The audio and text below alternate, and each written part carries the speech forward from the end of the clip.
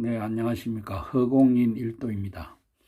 오늘 밀라레빠 10만송 제17장 은비 시냇가에서 담와 짜푸라는 명품을 들은 젊은이를 밀라레빠께서 만나서 수행의 길로 안내하는 장면을 이어서 말씀을 드리도록 하겠습니다.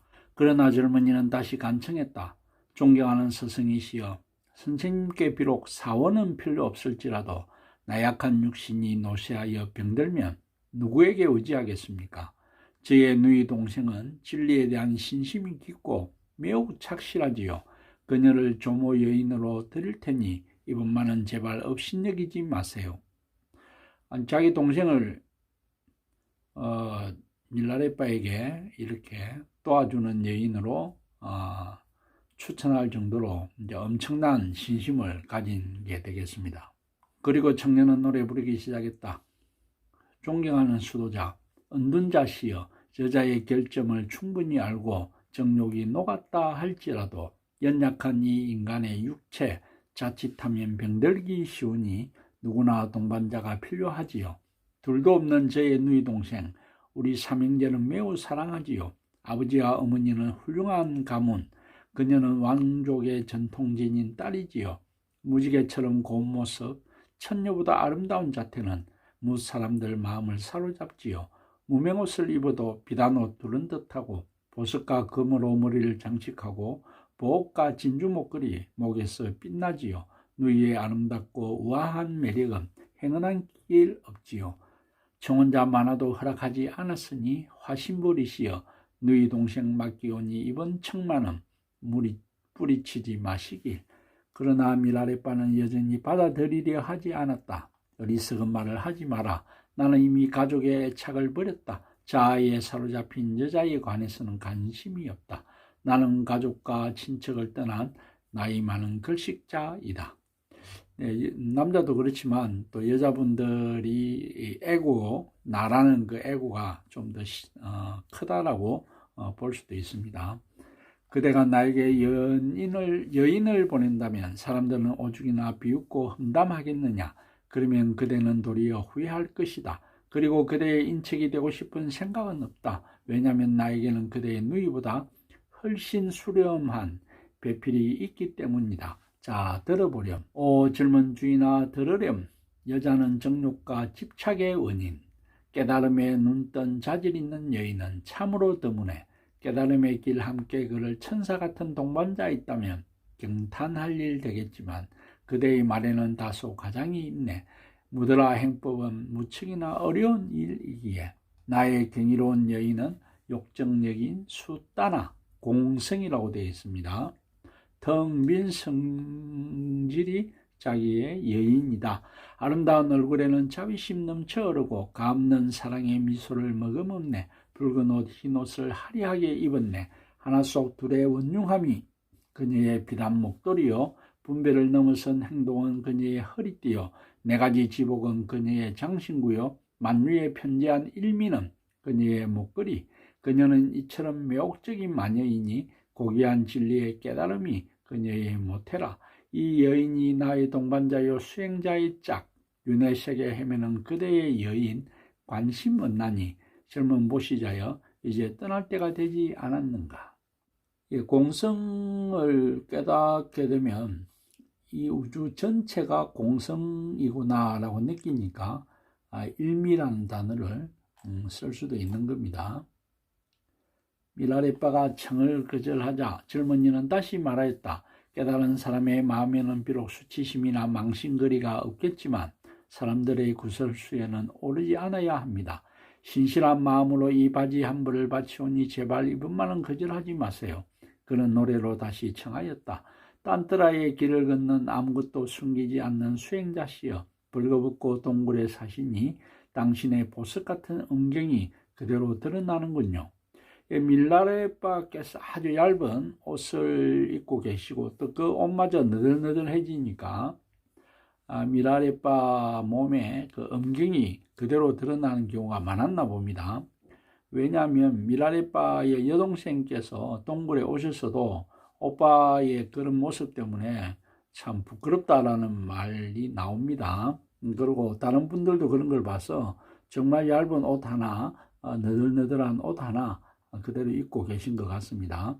수행자에게 부끄러움이나 망신은 있을 리 없지만 세상 사람들은 꼴사납다 수치로 여기지요. 위대한 완성자 부다께서도 세상의 간섭 그대로 따랐습니다. 이 바지는 훌륭한 바지. 어머니와 누이 동생이 순모로 뽑아 아내가 솜씨내어 피륙으로 짜고 이웃집 처녀가 곱게 물감 들려 친절한 아저씨가 재단하여 지었지요. 저희들은 이런 옷으로 수치를 가지지요. 수행자시여 이 바지 드리오니 제발 나에게는 소용없다 하지 마시길. 미라레빠는 이에 응답하였다. 사랑하는 젊은이야, 그대는 부끄러움에 관해서 아무것도 알지 못하는구나. 나의 기관은 거기 자연스럽게 달려있다. 이상할 건 아무것도 없다. 그대는 왜 거기에 관심을 두는가? 우리는 어머니의 뱃속에서 벌거숭이로 태어났다가 죽음이 닥쳐오면 아무것도 걸치지 않고 돌아간다.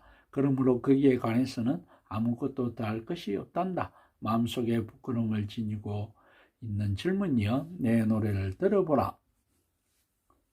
선한 젊은이여, 어찌하여 수치도 아닌 걸 수치로 여기느냐? 그건 자연스레 타고난 기관일 뿐. 참으로 부끄러워할 건 부끄러워 않네. 죄악으로 가득 찬 의미 없는 행위들을 보라. 그러면서 전혀 부끄러워하지 않으니 나 그대에게 말해주리. 스스로 대접하는 법 일러주리. 보리심은 질 좋은 나의 양털이니 나는 그것으로 네 가지 인문의 실을 찾네. 내가 짠 피륙은 삼매로 가는 자유의 길이요. 내가 사용한 물감은 공덕과 선의로 만들어진 것. 재단사 아저씨는 명정한 분별지 지녔으니 자랑스러운 일심의 바지를 지었네. 품위 있고 이타적인 명상의 바지를 나는 입고 있나니 그대의 바지는 나에게 소용없네. 사랑하는 보시자야, 이제는 그만 집으로 돌아가렴. 밀라레빠께서는 나의 그 시기는 거기에 원래 태어날 때부터 자연스럽게 달려 있었다. 그래서 그게 왜 부끄럽냐? 그러면서 이제 사람들이 진짜 부끄러워해야 할 것을 부끄러워하지 않는다. 그렇게 말씀을 하시지요. 그렇지만 글쎄요, 저는 뭐 100% 동의는 되지는 않습니다. 부처님께서도 앞에서 말씀하셨듯이 수행에는 지혜가 따라야 된다. 그렇게 말씀하셨죠. 예로서 내가 살생을 하지 않기 위해서 내 머리 위에 이가 버글버글 해도 전혀 잡지 않는다 그러면 이에 대한 살생은 하지 않겠지만 자기 자신이 괴로워서 수행이 안 되는 것은 어떻게 하겠느냐. 그래서 지혜가 모자란다, 그런 말씀을 하셨죠. 물론 지금 이 경우에 그것을 비약적으로 적용할 수는 없을지 몰라도 그래도 다른 사람이 마주쳤을 때 그러한 것을 보이게 하는 것은 조금 맞지는 않지 않을까. 물론 이제 대부분 그렇게 보시고 지적하시는 분에게 이렇게 되돌아쳐서 분문을 하시는 의도가 계신지는 모르겠습니다만은 조금 그런 생각은 듭니다. 그리고 이제 이것을 보니 마치 또 우리 1900년 초에 우리의 그 한국의 선불교를 일으키신 경허 스님 같은 경우도 제가 뭐 듣기로 깨달음을 얻고 나서 어머니를 모시고 설법을 하실 때 그 법상에 올라가서 바지를 벗었다고 그러지 않습니까? 아마도 결국은 어머니에게 나의 본 모습은 이랬었다. 경허가 처음에 태어났을 때, 아기였을 때 발가벗고 태어났었고, 지금 내가 이렇게 어른이 되어서 수염도 나고 뭐 다 그렇지만 결국 그것이 진실이 아니지 않느냐. 아마 그런 내용을 보여주시려고 그런 법상에 올라서 바지를 내리시지 않으셨나, 그런 또 생각도 듭니다. 젊은이는 마침내 이렇게 생각했다. 이 위대한 명상자는 어떤 것을 드려도 받지 않는구나. 그렇다면 차라리 어디 사시는지 어디에 가시는지 알아보는 게 낫겠군. 그리고 제발 우리 마을을 방문하시도록 간청해 봐야겠군. 이리하여 청년은 다음과 같이 말씀드렸다. 어떤 것을 드려도 선생님은 받지 않으시는군요. 대신에 저희 마을로 선생님을 초대합니다. 그리고 지금은 어디로 가시려는 중이었는지 들려주십시오. 이 길을 택하신 데는 분명히 목적지가 있을 겁니다. 숨기지 마시고 들려주십시오. 미라레빠는 대답하였다. 아들아, 나는 아무것도 숨기지 않는다.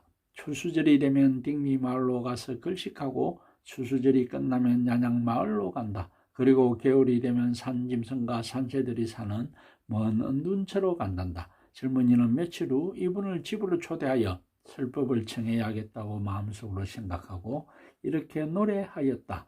비길 데 없는 서성 화신불이시여 걸식하러 딩리로 가신다지만 딩리는 저주받은 곳, 위로는 광대한 하늘 펼쳐졌지만 사람들의 덕은 겨자씨만큼 적어요. 그들의 손은 굳게 잠김 집회소 대문의 빗장보다 뻣뻣하지요. 가난과 기근이 만연하여 보릿가루는 황금보다 비싸지요. 때문에 100번 구걸한들 시간만 낭비해요. 그리고 난양은 공포의 땅, 산적과 살인자들의 천국, 문둥이들이 떼지어 다니고 무덤과 화장터는 가득하지요. 그 땅은 공포가 가득 차 100명의 친구 없인 여행하지 못하고 안내자 없인 세 걸음도 뗄 수 없지요. 난양의 땅은 악명이 높아요. 그리고 네팔과 티벳의 경계지는 높고 춥지요. 설산의 능부라는 노호하고 사람들은 노새처럼 입을 다물지요. 남쪽 네팔로 흐르고 네팔 낮은 골짜기들은 열기로 찜질하고 암벽 높이 위험한 밧줄 다리는 건너가며 흔들려 출렁거리고 열과 질병은 목숨을 앗아가요. 남방 사람들은 언어조차 다르고 나무는 시체처럼 빳빳하다지요. 수행자시여 제발 거기에는 가지 마세요. 가시더라도 며칠만 더 연기하세요. 모든 예물을 거절하셔도 이 간청만은 부디 허락하시어 2주일 동안만 저희 마을을 방문하소서. 미라레빠는 청년의 간절한 청에 다음과 같이 응답했다. 그만한 보시자들이 사는 곳에는 가고 싶지 않다. 그러므로 그대의 마을에 대해서 나는 관심이 없다. 난양과 딩리에 관해서는 그대보다 내가 더 잘 알고 있다. 나의 노래를 들어보렴. 욕심 많은 그만한 젊은이야 신심으로 나의 노래 들으렴. 공덕을 쌓은 질순한 사람은 만나기 어렵고 유덕한 사람들이 사는 마을은 찾기가 어려우니 그만큼 시대가 변했기 때문. 네, 이때도 이렇게 예전에 비해서 시대가 변했다고 그러면 20세기, 21세기에 사는 저희들은 참 할달리 드릴 말씀이 없네요. 나는 내가 하고 싶은 대로 생각하고 말하는 욕이 그러나 악이 있는 헛소문 퍼뜨리진 않는다네. 딩리의 보릿가루는 매우 비쌀지언정 수행자가 구하기는 어렵지 않네. 허나 수행자는 5감로수 맛 절기나니 세상의 음식을 탐하지 않네. 세속을 떠난 수행자 나미라는 무분별의 삼매 음식 즐겨하여 세속의 징수 성참 바라지 않네. 때문에 굶주려도 기뻐하며 평안하도다. 예, 삼매에 자주 드시니까 그 음식을 드시지 않죠. 그런 말이 되겠습니다. 갈 길은 위태하고 험난하여도 대자대비 그분에게 의지하면 인도되네. 삼보는 안전한 은신처요. 삼계의 여신들은 안내자요. 깨달음의 마음은 동반자. 팔정도의 감시병은 보호자시네. 예, 여기서도 팔정도라는 말씀, 아주 귀한 말씀이 벌써 나왔죠. 부처님이 깨달으신 내용 중에 고진멸, 참 이 세상은 다 가래 때문에 인해서 괴로운 거구나. 그것을 극복할 수 있는 방법이 있으니 그것이 8가지 바른 길이다. 그렇게 말씀하신 거죠. 가진 것 없으니 원수가 없어 도둑을 만나도 편안하고 즐겁네. 난양은 세평이 좋지 않지만 사람들은 솔직하고 꾸밈이 없네. 주민들은 옛날처럼 순박하고 끄리낌 없어 걱정 없이 빈둥대며 먹고 마시고 노네. 하지만 자연 풍광은 고스란히 남아있어 거기 숲과 살림은 울창하도다. 나는 세상 재물에 관심이 없어 음식과 술에 애착 않고 스스로 만족하여 빈둥거리며 즐기는 것 관심 없네. 하여 거기에 명상할 때면 산매가 한층 깊어지네. 이것이 내가 난양으로 가는 이유. 뜸모 내부열 통달하여 추위도 더위도 두렵지 않나니 눈이 쏟아져도 즐겁고 편안하네. 오늘의 여정을 내가 연기할 이유 어디 있는가. 그러나 그대의 마을에는 가고 싶지 않나니 그만하고 콧대 높은 보시자들은 내 취향에는 맞지 않네. 어찌하여 모르는 이들의 비위를 맞추러 간단 말인가. 사랑하는 젊은이여 늦어지고 있으니 어서 말을 타렴. 이제는 떠나야 할 시간. 부디 건강하고 오래오래 살렴. 제가 나주 이제 이번 밀라레파 10만송 끝나면 백봉 경기주 선생님의 말씀을 소개를 하고, 그 다음에 제 자신이 적은 글들도 좀 소개를 하겠습니다. 그때 선문답에 대해서도 좀 소개를 할 길이 나올 건데, 임재스님이 어느 날 그 시주를 얻으러 어디에 가서 문을 두드리니 노파가 오셔가지고 아주 욕을 해야 됩니다. 그러니까 그 임재 스님께서 아무 말 안 하시고 되돌아갑니다. 그래서 왜 임재께서 아무 말 안 하고 돌아갔을까 하는 그게 또 하나의 화두가 되는 거죠. 그렇게 보면 앞전에 그 밀라레파께서 지팡이로 문을 열었을 때 노파 한 분이 오셔서 손에는 재를 들고 얼굴에 뿌리려고 하는 그런 것과 유사하신 거죠. 당시 임재스님은 엄청난 이 수행의 경지에 오르신 분인데 왜 그분이 아무 말 안 하고 그냥 돌아갔을까? 예, 그거에 대해서 제가 또 글 쓴 것도 있습니다. 뭐 간단하게 말씀을 드리면 임재스님 정도 되면 근본을 아신 분이죠. 마음이 무엇인지 그 근본을 아신 분이 상대성도 인정했다. 저는 그렇게 보는 거죠. 그 노파가 이 나이가 든 임재가 오니까 아니 사지가 멀쩡한 놈이 왜 얻어 먹으러 오느냐 이렇게 한 거예요. 그러니까 임재 스님께서는 내가 에게 한번 차였다. 그 당나귀가 누구겠냐? 바로 자기 자신인 거죠. 자기의 몸뚱아리. 뭐 그러한 내용은 다음에 한번 소개할 기회가 있지 않겠나. 그렇게 생각을 합니다. 이 간청조차 거절당하자 젊은이는 마침내 크게 절망하고 낙담하게 되었다. 그는 밀라레파에게 말씀드렸다. 오 존경하는 스승이시여, 선생님은 어찌하여 어떤 것을 드려도 받지 않으시고 어떤 청을 구해도 허락지 않으십니까? 그토록 저의 죄업이 크고 깊다면 저는 이제 더 이상 살 필요조차 없습니다. 이대로는 떠나지 않겠습니다. 선생님이 지켜보시는 이 자리에서 자기를 해버리겠습니다. 청년은 예리하게 번뜩이는 금을 베어들고 칼끝을 자신의 심장에 들이댄 채 마지막으로 노래하였다. 아주 재밌는 이제 상황이 벌어지고 있습니다. 존경하는 명상자시여 들으소서. 상스러운 오늘 아침 말을 타고 달리다가 은빛 시내 흐르는 물가에서 잠들어 있는 불거숭이 수행자를 만났지요. 그리고 혼자 중얼거렸지요. 여기 이 사람은 미쳐버린 수행자인가 아니면 발부얼간이인가.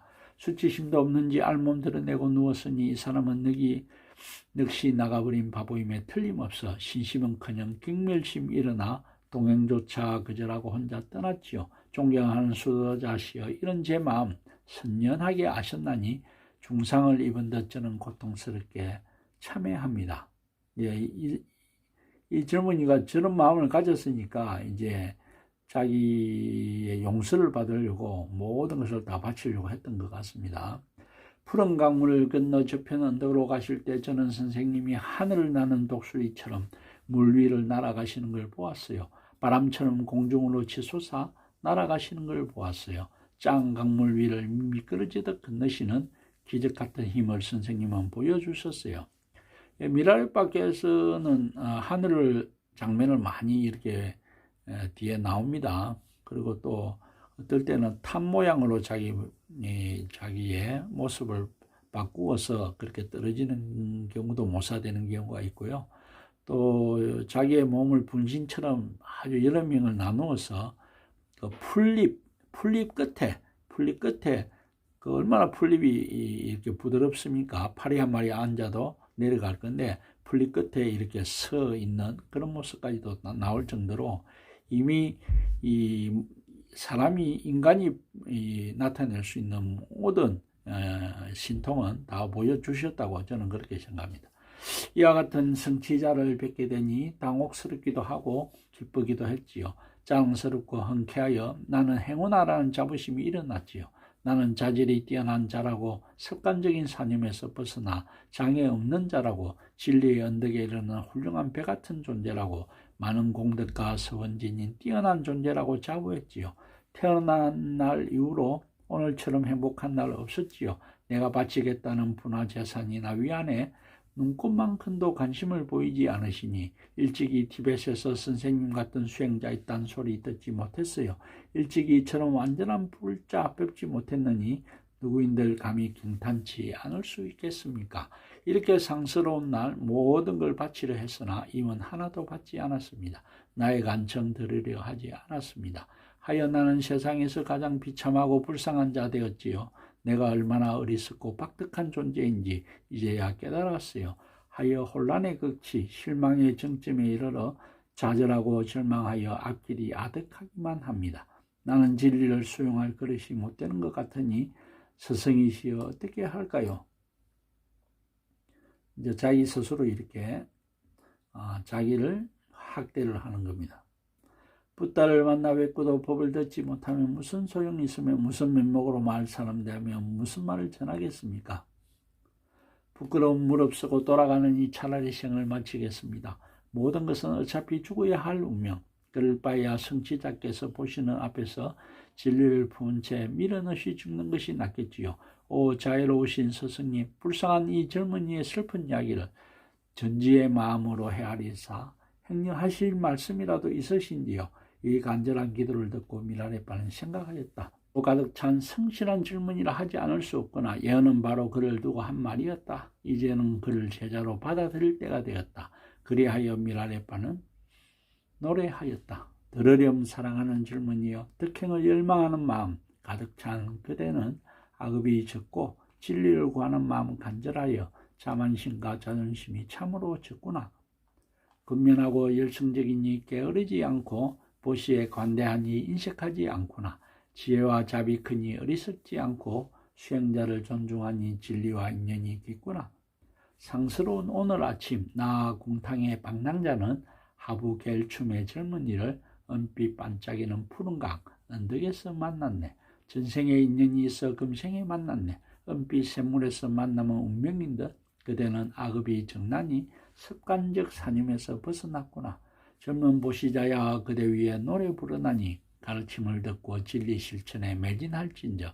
가슴속에 신심이 자랐다면, 세상이 이게 관심 없다면, 진정으로 나를 따르려 한다면 혈족은 진리의 장애물임을 알아 그들은 실제 한다고 생각지 말 것이며 애착의 불길 끄도록 하렴. 참 어려운 이야기입니다. 재물과 맛있는 음식은 마구니 보내는 사절단 하여 탐착심을 버릴지니 마음을 올가매는 모든 것들에서 떠나렴. 쾌락은 악마의 오랏줄, 욕망을 극복하려면 죽음을 생각하렴. 세속 친구들은 유혹하는 악마의 뜻과 같네. 그들을 속임수 알아채어 부디 경계하렴. 고향 땅은 악마의 아성이니 그이 갇히면 자유롭지 못하니 그러니 부디 벗어나렴. 누구든지 고향 땅을 수행자는 벗어나라고 그렇게 이야기를 하는 것 같습니다. 진리를 위해 모든 걸 놓아버릴지니 즉각적인 결단만이 성공의 지름길. 출가는 아주 즉각적인 결단과 실행이 있어야 된다. 이것을 뒤에도 가보면 많이 나옵니다. 제가 집에 갔다 올게요. 그러니까 너는 가면 못 온다. 그러시면서 아주 바로 출가를 시켜버립니다. 그러면 사실 기다리던 가족들은 얼마나 비통하겠습니까마는 한 사람의 수행자, 한 사람의 해탈자를 기르기 위해서는 그런 희생이 따른다고 조금 좁은 소견으로 말씀을 드리고 싶습니다. 세월 가면 덧없는 그대 육신 허물어질지니 지금 곧 진리와 사귀는 것이 좋으리. 마음의 새는 어디로든 날아오르니 지금 곧 하늘 향해 날개치며 오를진저. 이 노래 믿고 따르면 그대는 진리 담는 귀한 그릇 되리니 축복과 가르침 전해져 내려오는 귀한 가르침 그 안에 담기리. 아들아 이는 그대 깨달음의 여행길 출발점이니 나 명상자 미라레빠 또한 그대의 성공 기뻐하네. 젊은이여 그대 또한 기뻐하고 즐거워할진저. 청년은 노래를 듣고 한없이 기뻐하였다. 그는 크게 고향되어 스승의 발 앞에 엎드렸다. 몇 번이나 예배드린 뒤 스승의 둘레를 여러 번 맴돌았다. 그리고 다시 돌아오기를 약속하고 떠났다. 그 후 넉 달이 지났다. 미라레빠가 진고래 멘능주와르에 머물 때 젊은이는 조카와 함께 찾아왔다. 청년은 미라레빠에게 흠없는 100억을 예물로 드렸고 조카는 황금 반 양을 드렸다. 그러나 미라레빠는 받지 않았다. 그 당시 역경사 바리는 진고을에서 쭈또르 남겔 부타의 탑을 짓고 있었다. 그래서 미라레빠는 그들에게 일러주었다. 그대들의 예물은 나에게는 소용이 없다. 바리 역경사를 찾아가서 그것들을 바치고 입문시켜 주도록 청하여라. 그러나 핵심 교인은 내가 직접 가르쳐 주겠다. 이에 그들은 바리 역경사에게 가서 댐촉의 완전한 입문을 청하였다. 바리는 그들에게 무병장수를 위한 쭈또르 남겔의 외적 가르침인 메루싱아 행법과 불타의 경지를 성취하기 위한 교의를 전수해 주었다. 그는 또한 댐촉불의 내적 가르침인 칠성어 행법과 서성 상징의 여신교유와 꾸르꿀라 여신의 명상 행법도 전수해 주었다. 입문을 마치자 그들은 바리 역경사와 함께 샤카 수도원으로 갔다. 그 후 청년은 미라레빠에게 돌아와서 5년 동안 스승과 함께 살았다. 스승으로부터 나룻바의 율법과 위대한 스승 마이뜨리빠로부터 전해진 마하무드라, 마이뜨리빠께서 마하무드라의 가르침을 전했다고 그렇게 합니다. 그는 이 가르침을 열심히 수행했다. 이래하여 미라레빠는 그에게 모든 핵심 교의를 전수해 주었다. 청년은 이전에 다르마 왕축으로 불렸으나 미라레빠가 그에게 시와웨레빠라는 이름을 주었다. 그는 진리로 전향하기 전에는 감각주의자, 물질주의자였으나 미라레빠를 만난 뒤에는 세속을 완전히 떠나게 되었다. 이래하여 미라레빠 앞에서 다시는 가죽신을 신지 않고 한 벌 이상의 무명옷을 입지 않고 이틀치 이상의 양식을 축적하지 않고 고향 땅에 돌아가지 않기로 맹세하였다. 또한 수행에 온 정성을 다하여 마침내 훌륭한 체험을 정득하게 되었다. 미라레빠는 그의 수행이 진전된 것을 기뻐하며 노래를 불러주었다.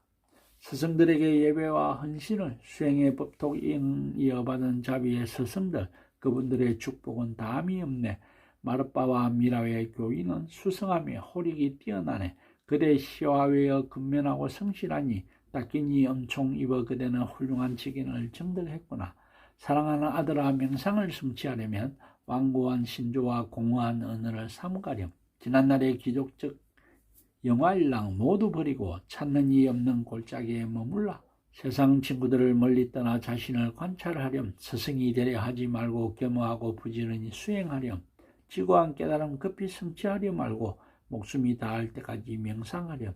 문자와 공부는 잊어버리고 가르침의 진수를 수행하렴. 자신을 이롭게 하려거든 언어 유의 버리고 수행에만 매진하렴. 스승의 노래를 듣고 시와웨는 여쭈었다. 선생님께서는 실제적인 수행을 하지 않은 채 쉽게만 많은 사람은 잘못되기 쉽다고 하시는데 이 점을 좀 더 설명해 주시지 않겠습니까? 미라레빠는 대답하였다. 그렇게 되면 세속일에 집착하는 위험이 있기 때문이다. 많이 알면 알수록 세속일에 집착하고 지식 자체에 집착하게 된다. 게다가 지식이 많은 사람은 행법을 소홀히 하기 쉽다. 마르빠 법계의 가르침에서는 이런 위험이나 잘못이 없다. 문구나 언어에 집착하지 않기 때문이다. 우리가 강조하는 것은 실제적인 수행일 뿐. 자, 그럼 위험과 오류에 관한 노래를 부르리니 들어보렴. 거룩한 스승들께 예배를. 물 흐르듯 유창한 언어와 과장된 말로 열띤 논쟁에 탐닉하는 허풍선이 논변자들을 보아라. 그들은 언변으로 남을 이기려 하네. 그럴 때는 거만한 몽고인 같고 잠잘 때는 오만한 사람 같으니 갖은 위험과 장애가 그들을 에워싸네. 상계 육도의 중생들은 욕망에 사로잡혀 위험에 빠지네. 그대는 경계하라 7가지 위험을. 첫째는 소승의 즐거움에 떨어짐이요, 둘째는 교의를 이용하여 음식을 구함이요, 셋째는 성직자라 자람함이요, 넷째는 수행자의 강행에 떨어짐이요, 다섯째는 공허한 말에 탐닉함이요, 여섯째는 무의 뜻에 사로잡힘이요, 무기공이라고 그러죠. 일곱째는 무명을 완전히 밝히지 못함이라.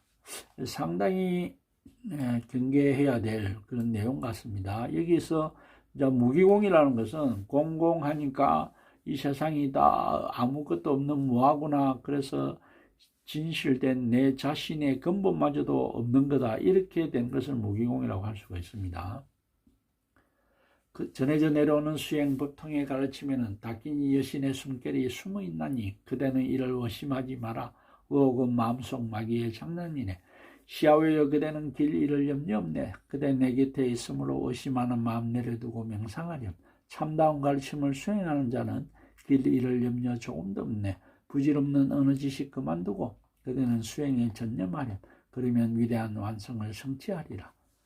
이래하여 시와웨는 문자와 지식에 관한 탐구를 버리고 옷과 음식에 연연하지 않고 명상에 몰두하게 되었다. 어느 날은 시와웨의 친구가 찾아왔다. 제대로 먹지 않고 잘 갖추어 입지 않아 초라해진 시와웨의 모습을 보고 친구는 동정하며 소리쳤다. 다르마 왕초가 부유한 집안의 훌륭한 멋쟁이이던 내가 지금 와서 보니 옷과 먹을 것도 없는 가난뱅이 거지가 되었구나. 이전보다 훨씬 늙어 보이는군. 아, 불쌍한 친구야, 정말 가엾구나. 시와웨는 노래로 응답하였다. 오 아버지 서성진불이시여, 임은무 존재들이 복받이시나이다. 형제와 자매와 친척들은 윤에게 태어나는 인연진이었지만 나는 그들을 떠났네. 스승은 나의 유일한 번님이요 진리의 동반자, 오직 임만이 홀로 붓다 가르침의 원천이시네. 살아계신 붓다 임과 함께 살며 나는 은둔처에 홀로 남았네.